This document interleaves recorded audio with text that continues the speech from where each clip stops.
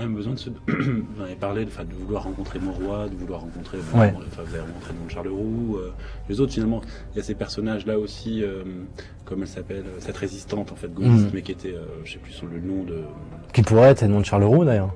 Voilà, je pense que justement c'est ça. Donc ce côté qui vient l'aider finalement, lui donner des pistes, parce qu'il est un peu perdu. On sent le petit journaliste Ténier au début...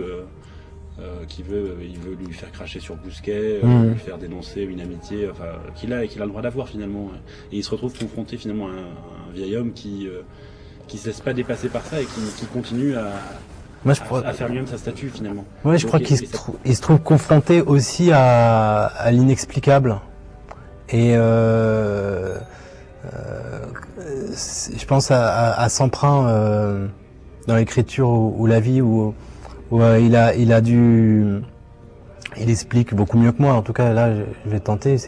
C'est très difficile d'expliquer de manière objective ce qu'a été la Seconde Guerre mondiale. En tout cas, et puis, je crois qu'il est pris dans les méandres. C'est-à-dire que c'est vraiment deux générations qui s'opposent. La génération d'Antoine Moreau n'a pas connu la guerre, même la guerre d'Algérie. C'est très abstrait pour les gens de ma génération.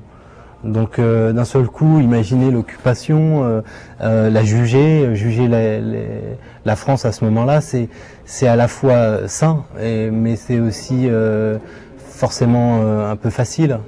Et je crois qu'il se retrouve aussi face à ça. La résistante lui fait tout à fait comprendre ça que